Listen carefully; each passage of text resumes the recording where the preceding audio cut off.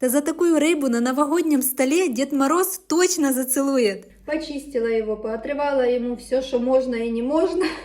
Еле почистила. Не люблю чистить рыбу, жутко не люблю чистить. С одной стороны делаю надрезы. Такие надрезы это для того, чтобы туда попал маринад, и тогда она будет еще такая, еще вкуснее. Беру приправу до рыбы. У меня приправа без соли, поэтому добавляю соль. Выдавливаю апельсиновый сок. Вливаю соевый соус. На дно формы выкладываю апельсинчики. Сюда же закидываю этого парня.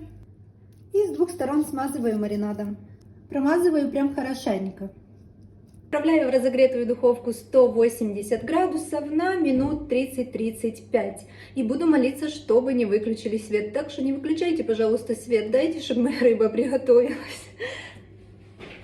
Через некоторое время еще раз смажу маринадом. Через минут 20. Успела доготовить.